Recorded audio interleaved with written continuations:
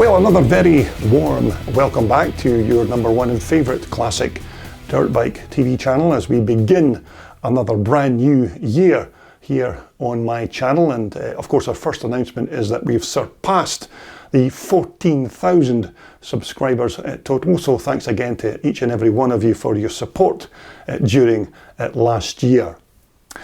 Now we do have some interesting stuff coming up for you during 2022, and our first big event of this year will be the Telford Classic Dirt Bike Show, where we will be filming all those fantastic machines over the course of the 2 days. Now that will be coming up in the middle of February, and of course we will be posting all the bikes from that event shortly after. So make sure you continue to subscribe to my channel in order that you don't miss out on that event.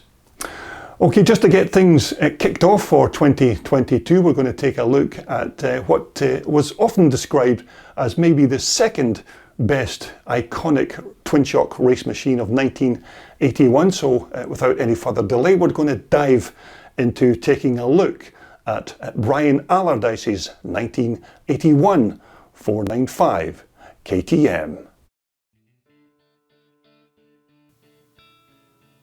Now, it's probably pretty fair to say that the 1981 490 Mega 2 Maico still holds the crown as the best open class twin shock motocrosser ever built. And you'll certainly not get any argument from me in that respect, because it is a bold statement and without doubt well deserved. Although the 81 495 KTM here, it tended to live in the shadow of the German Maico in that year, but that's not to say that it was a bad bike, because it wasn't.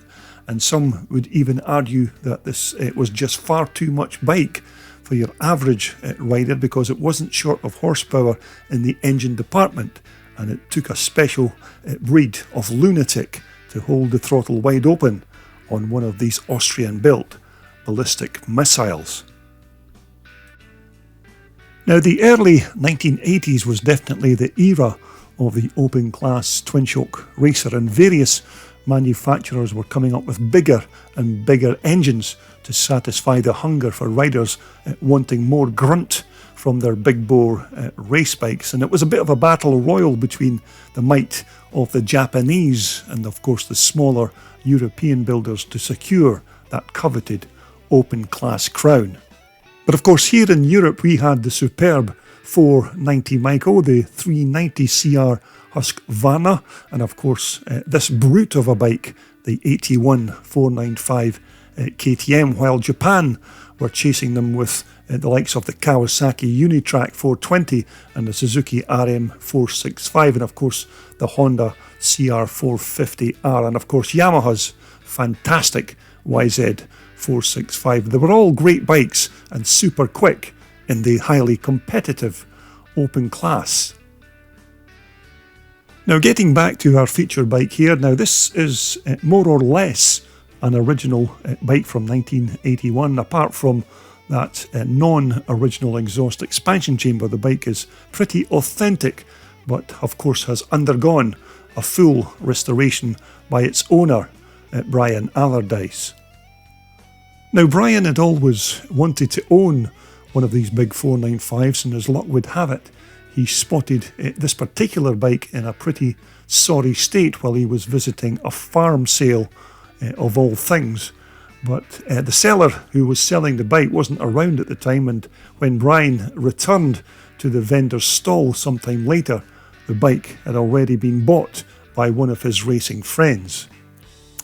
Anyway, to cut a long story shorter, the buyer of the bike did start a refurbishment of this machine, but never got very far, and eventually he ended up selling it to Brian, where he of course started it all from scratch once again and did another complete strip down and rebuild of the bike. Now, beginning with the bike's chassis, Brian started by doing a few quick repairs to the frame by tidying up some of the welds and then repairing the mounting lug for the rear silencer. And then of course the bare skeleton of the chassis was then sent to his local paint shop for powder coating in RAL 3028 red paint.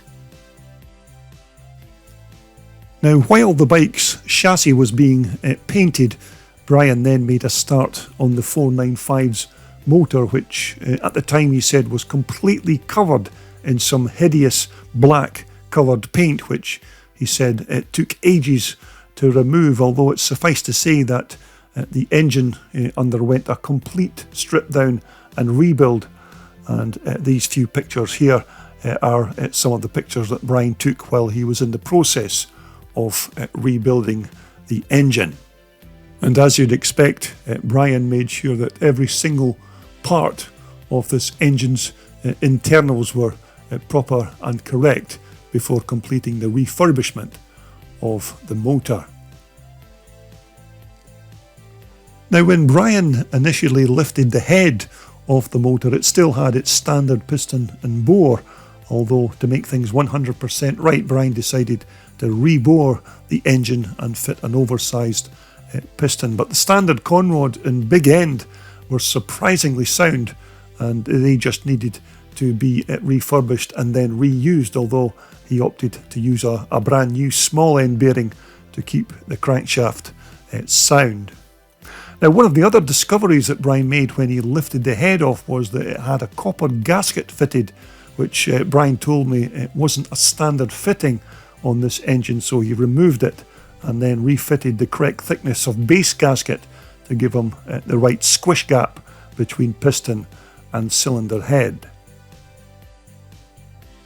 Now again, Brian used the motor's original Motoplat electronic ignition that provided the sparks for the engine, and in actual fact he also discovered that the original timing on the engine was so far out that the motor would never have started supposing you towed it along with a truck. But of course this was all put right while the new rebuilt engine was on the bench, although as you'd expect, all the other motor's internals like the seals and bearings were all replaced, and a brand new set of clutch plates and springs were also fitted, just to make sure that everything was sound with the transmission side of the motor. But of course a big bore Bing carburetor was used to feed that big 495 piston port engine with its fuel, because these big bore KTMs can certainly swallow gas at an alarming rate when that throttle is held wide open. Although after the engine build was fully completed, Brian then gave the motor's magnesium casings a quick covering of high temperature silver paint, and then a final coating of hard wearing lacquer was then added to seal that paint finish.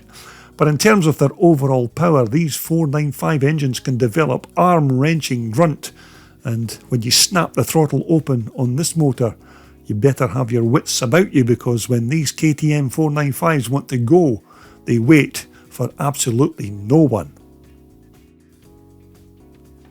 Now, the original kickstart that was fitted on Brian's 495 motor, it worked okay, but it wasn't in the best of conditions, and it's certainly not good enough for a refurbished bike. So Brian again started searching the internet for a suitable replacement, and eventually sourced a new old stock item direct from Europe. But the downside to this was that they needed £300 for the item, and of course Brian wanted the bike to be as original as possible, and so he paid the money over and took his medicine like a good little boy.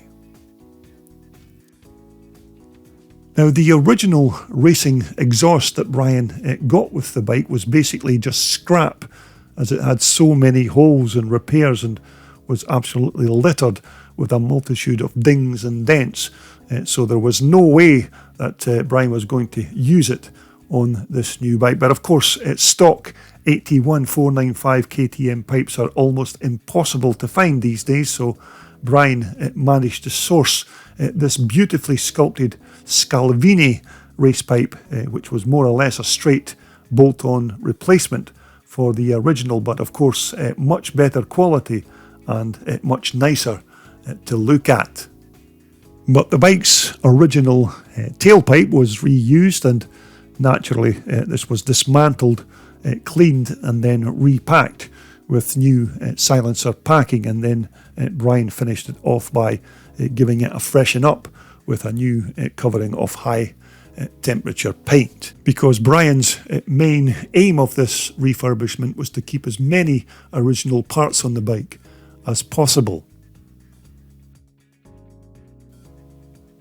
Now, when it came to the front end of the bike, Brian told me that these Marzocchi front forks were a bit of a pain to rebuild, although he did say that he did get quite a few other fork spare parts with the bike when he bought it, and he eventually managed to have enough bits and pieces to put together a decent set of front suspension units. And at the time, he was undecided about whether to paint the forks red, because they do suffer a bit of paint damage when these forks are raced on the racetrack. But in the end, he decided just to leave them in their bare alloy, as they still looked quite good. And again, these big KTMs were still using drum brakes in 1981, and for sure these flying machines did take a bit of slowing down, because they were pretty quick on the racetrack for their day, and this rear stopper again was decent enough as drum brake systems go for that period, and this rear backplate was once again made of lightweight magnesium. Now, when Brian first bought this bike, the original rear shocks that came with it certainly didn't look right, and he didn't think they were the right ones for the bike. So after a quick inspection and a bit of measuring, it did turn out that they weren't the right ones for the bike, and were also 20 millimeters far too long. But of course, you can't just pop down to your local KTM bike shop and buy a pair of period correct 81495 rear shocks, but Brian still managed to source a pair of good quality second-hand Öhlins units from JK Racing in the UK, and part of that deal was that they would give them a complete refurbishment before posting them to Brian. Although at that time, what Brian didn't know was that these Öhlins piggyback rear shocks were refurbished and rebuilt by legendary X250cc world champion Neil Hudson. So this particular machine already has a bit of history to it with Neil's engineering on these shocks. But again, this beautifully crafted alloy swing arm was also checked over for any signs of cracks or damage, but it soon got a clean bill of health, and then Brian treated it to a new set of bushings and bearings and seals, and then gave it a general clean-up before then fitting it back onto the frame. But it's a strong piece of kit for being made from softer alloy. Now, when it came to the KTM's plastic fuel tank, this had already been refurbished by the bike's previous owner, and the only thing that Brian had to do to finish it off was to locate a new set of tank graphics and then refit them. So this was definitely one of the easier parts of Brian's bike restoration. But as we continue along to the 495's seat, this was another piece of the bike that had already been through the previous owner's workshop and had been totally refurbished. So Brian was quite happy with that part of the bike, and it was just a simple case of bolting it back on to the newly finished chassis.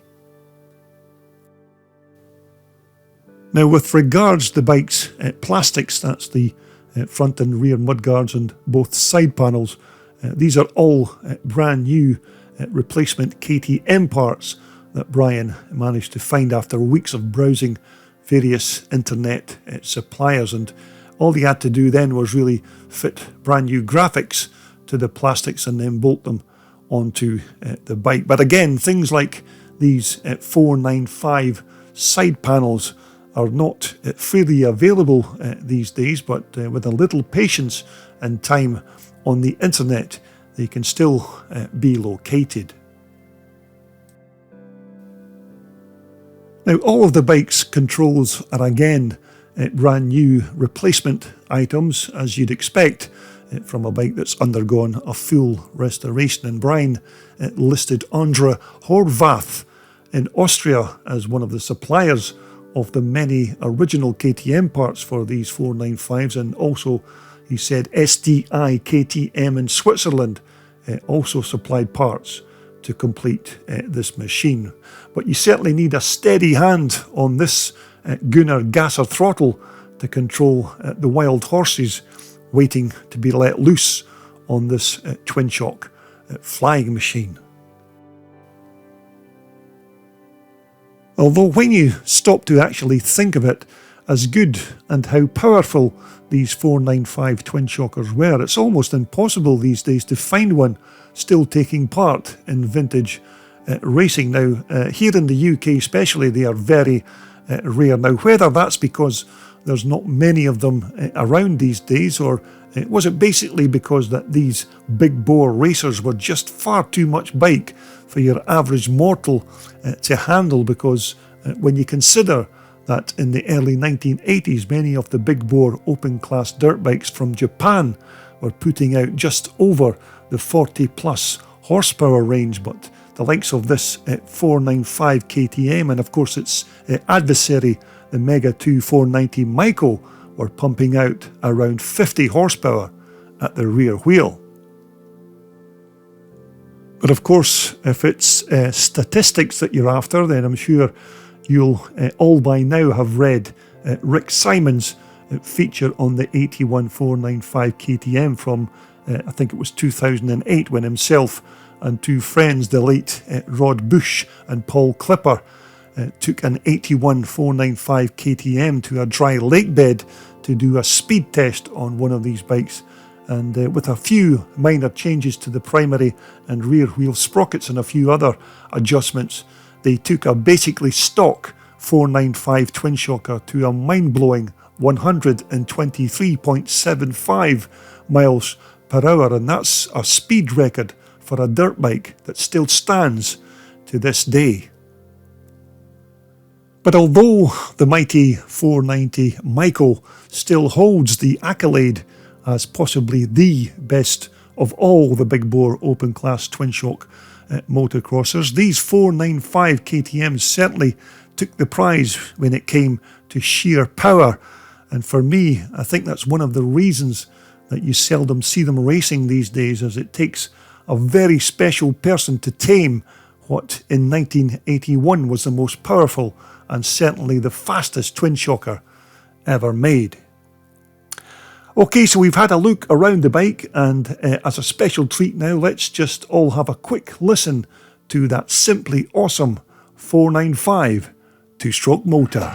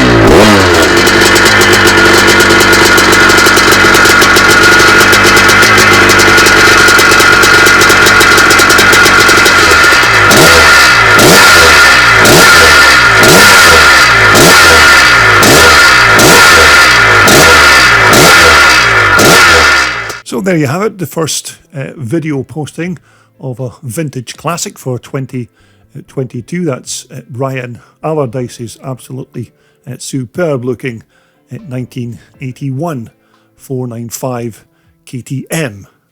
Twinshocker. Well, there you have it. I do hope you enjoyed that walk around Brian Allardyce's quite nice looking 1981 495 KTM. Not, of course, a fully original bike from that year, but nevertheless a fantastic example of one of those iconic machines. And it's quite surprising really how little of these bikes are around on racetracks these days. But like I said, sometimes I think these big KTM 495s were just far too much bike for your average club racer.